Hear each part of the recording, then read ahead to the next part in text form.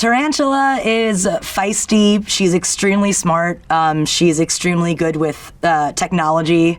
She's kind of like a criminal IT guy, if you will. It's fun to play a character that like knows what she's doing at all times and kind of saves the day in a way. So Tarantula's pretty badass, but also like kind of admirable. They're pretty much the villains of everything. They scare people out of restaurants, which I imagine would be great because they just could get seating everywhere and everyone's scared of them.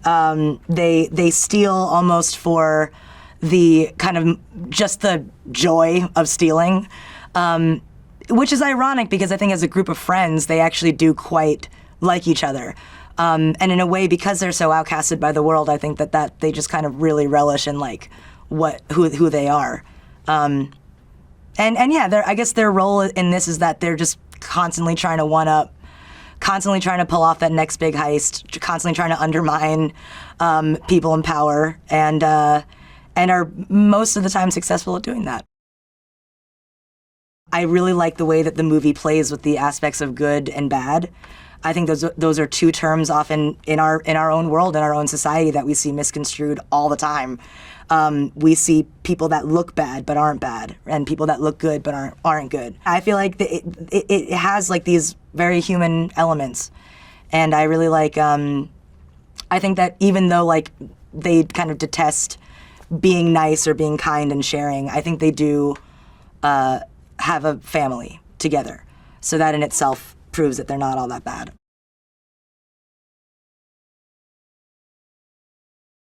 Professor Marmalade is someone who very much aligns himself with the forces of good, with the good. And so he's very concerned to convert the bad guys to his path, that of righteousness. But it's a somewhat unctuous righteousness, it seems. He's rather self-satisfied.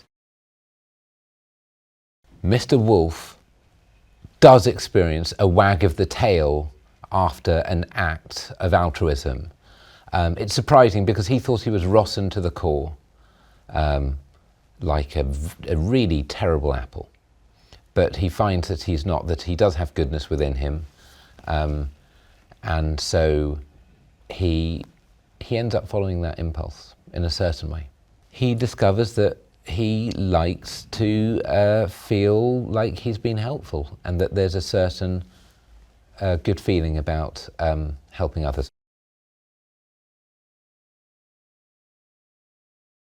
Diane Foxington is the governor, and she, she's very, I feel like, under control, but still kind of this sort of cheeky personality. It's important to her to sort of be a positive influence on her constituents and the city, and she helps to persuade the bad guys, specifically Mr. Wolf, to consider an alternative and to consider being good. I think what's very unique about this movie, I've never seen a children's movie that is so action-packed, but it has like some great like car chases and like heist scenes. Feels kind of like an Ocean's 11 for young people, but also for adults. I think it's entertaining for I really enjoyed myself watching the movie and laughed a lot genuinely. And I think honestly I was struck by that. I was like, oh, this is quite like high action, but like fun and friendly. I think it's a great movie on the exploration of making choices for yourself, discovering who you want to be and leaning into that fully, and sort of what the value of true friendship is, which is very valuable.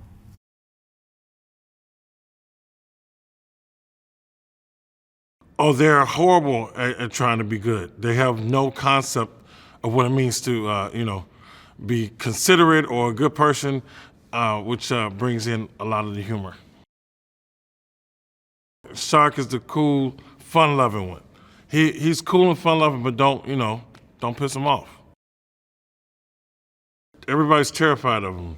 I don't know what they did before to those people, but as soon as they come in the scene, on the scene, everybody's just like, gets out of their way. They have their respect on the street.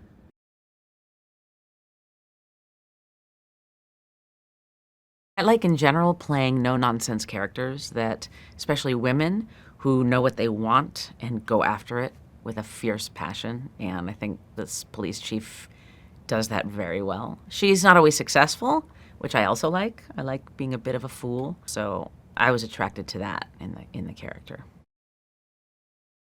The bad guys are, well, first of all, what does it mean to be bad? I mean, that's a larger question. Are they really bad? We have the wolf, we have a tarantula, we have a shark, we have a piranha, is that right? And a snake. And these are all typically characters you see in most children's fairy tales and storybooks. They're usually the bad guys. They kind of get coerced into playing those roles, typecasting. And this movie kind of explores what does it mean to be bad, and just because you are bad at one point, will you always be bad? My character, the police chief, has been after these bad guys since day one. She is convinced people are incapable of change. I might agree with her. True change, are we really capable? So she's kind of always at the ready to try and catch these guys. These are the bad guys, and she is convinced they will never be anything other than bad, and she must catch them, put them away, and make the streets safer for the good guys.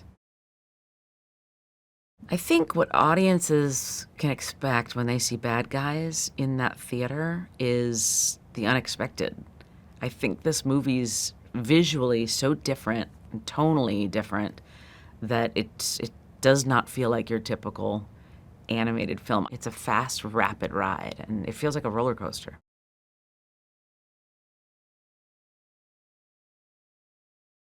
Mr. Piranha's this naive, childlike, short-tempered, active little guy. He's also like the first to get in the action. Like they're doing a heist. Mr. Piranha's the most hype about it. They're stealing something. He's the most hype about it. He also farts when he's trying to tell a lie, which I think is really funny. I mean, even like in the opening scene where he jumps into the car, while they're getting chased by the cops, and he's so excited about like just to see his face and how excited he is and about how thrilling it is to, be in this car and be with his friends, and this crazy scene is happening, and and like he comes in the car and he's just so hyped and fired up. Like I feel like that's how I am, like when I'm hanging with my homies.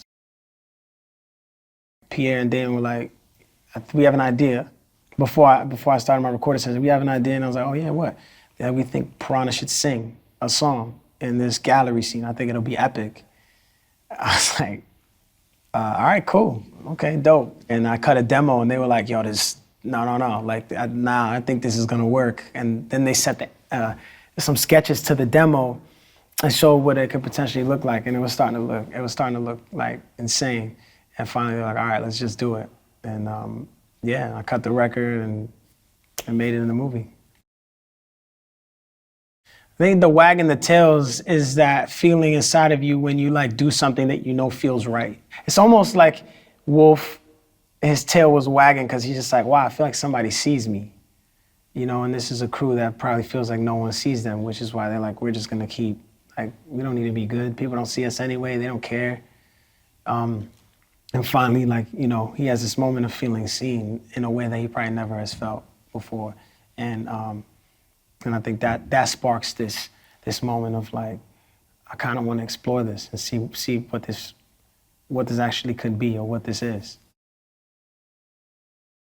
I think it's take the time to see somebody, and really, like, every person has good in them, no matter what they look like or where they're from, or every single person has good in them. And sometimes we just have to get past that fear of what we think a person is, or you know what I'm saying, to really get to the heart of that.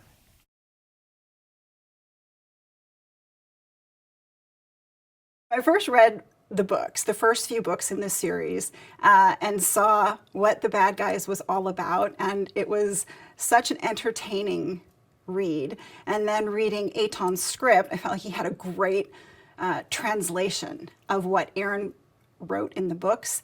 Eitan's ability to capture the characters and the humor and all of the fun of those characters was really entertaining, and I could see it translating into animation incredibly well. It's such a different movie in that we have this very unique opportunity to embrace a style that is new and fresh, hasn't been seen before in animation, and representing a heist movie for kids. You know, we all love the Ocean's 11 movies, the heist genre, action, gangster films. Bringing that all together in a family-friendly environment was something really new and different. And Pierre had a style idea for this movie that was also really fresh and different. So being able to capture a CG movie, but with a 2D feel, was really exciting. We are incredibly grateful to have Daniel Pemberton as our composer. You know, he did Ocean's 8 and Yesterday. He was Academy Award nominated for Chicago 7, and he's been an amazing collaborator. He understands Pierre's vision for the movie and has his own amazing ideas, and he's been such a great partner in this, and what he has delivered is nothing short of spectacular, and we are just so grateful to have him writing the music for this movie.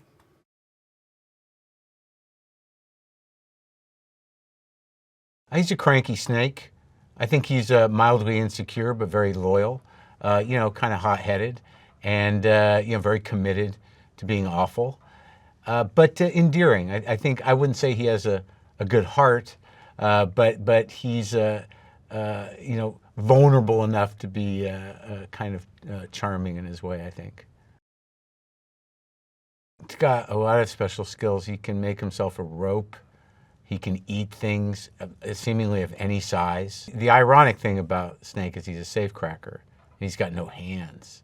So this is a character that's had to sort of like rise up from very, you know, difficult situations.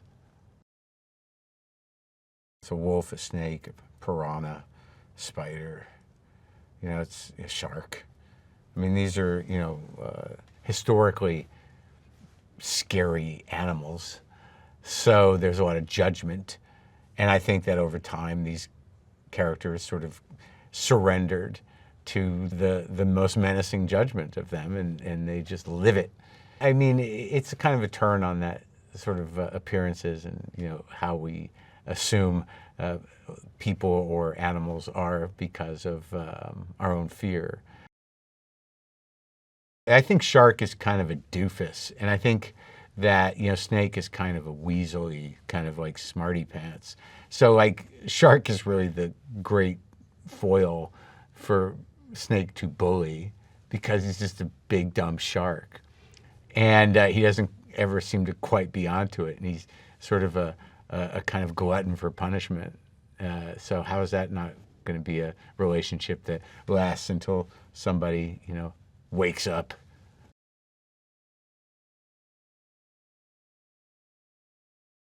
I think the audience can take away a really sweet message from this whole tail wagging symbolism, which is so often in life we're looking for ways to feel fulfilled and ways to feel good, and we think it's by putting people down. It's by dragging someone down, us feeling bigger, better than them, but really it's in our DNA to feel good when we help people. And so giving back and being mindful is always going to be the thing that makes us feel fulfilled. It's like we're built in a way that it feels good to be selfless. We just need to tap into that. When I saw my character for the first time, I was like, she's cute. I'm adorable. Also kind of hot, just saying. She's adorable, she's hot. Her outfit is amazing. The way she looks is just it's just so perfect. Like, she just looks like someone who is there to grab your attention and believe her every word. And so I couldn't have come up with a better image of what she looks like. So my facial expressions are very, what's the word I'm looking for? A lot. And I feel like Tiffany mirrors that in a lot of ways, in the way I would say something here and then go into here and then switch back into this mode. She does a lot of my expressions in that way. And also, minor detail, the outfit she's wearing, I have the exact same outfit in my closet. So she looks more me to me than probably she looks to you. Like, she looks exactly like me to me.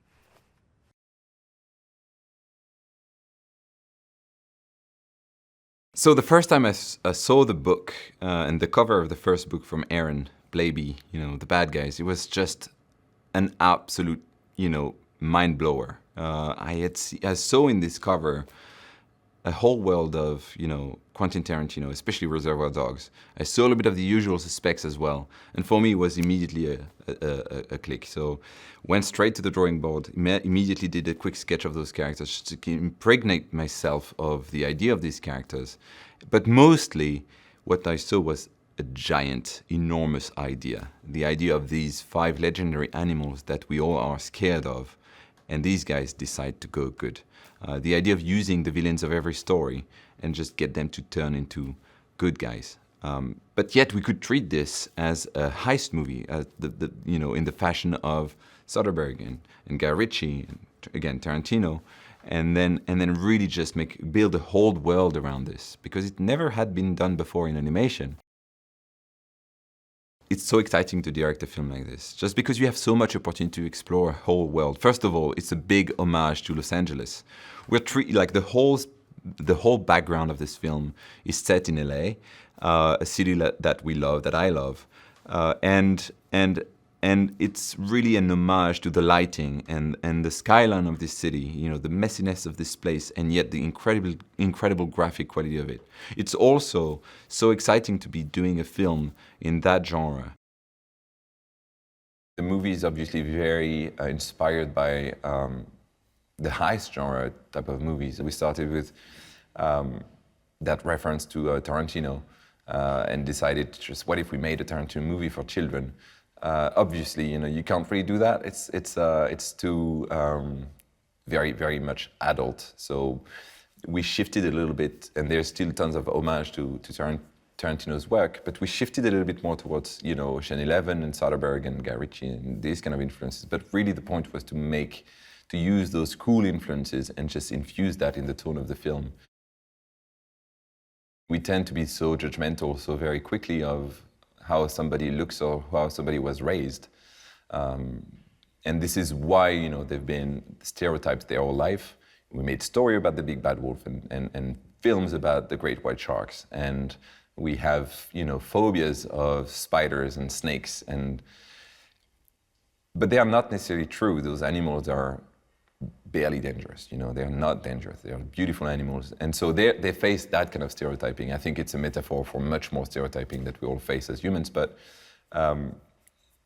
in the end, really the message of this movie is, the actions that you take or what you do really define you, as opposed to what you are and what your nature is or what you look like. The design of the character evolved quite a bit, obviously.